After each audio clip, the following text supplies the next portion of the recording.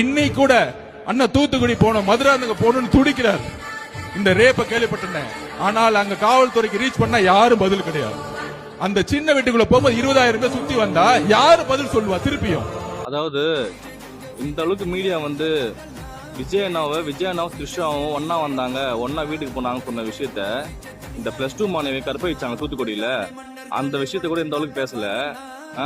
யார் ஒரு பர்சனலை பத்தி பேசுறதுக்கு இந்த மீடியாவுக்கு வக்கு இருக்கு. ஆனா இந்த மாதிரி ஒரு பொண்ணை ரேப் பண்ணி சாவச்சாங்க, அதை பத்தி பேச வக்கே கிடையாது. யாவனும் இந்த அளவுக்கு பேசவும் இல்லை. அதாவது விஜய் நான் போய் பார்க்கணும்னு ஆசைப்படுறாரு தான், உண்மைதான். ஆனா அது போலீஸ் ரெஸ்பான்ஸ் பண்ணல, எதுவும் பதில் சொல்ல மாட்டாங்க. உண்மையை தான். ஒரு தலைவன் இறங்கி அவர் போய் பார்க்கணும்னா அவர் 20,000 பேர் 30 பேர் வருவான். அதுக்காக ஒரு பிரச்சனை ஆகிட்டு போது சொல்லிட்டு விஜய்னா அங்கே போக முடியாம ஒரு இஷ்யூ இருக்கு.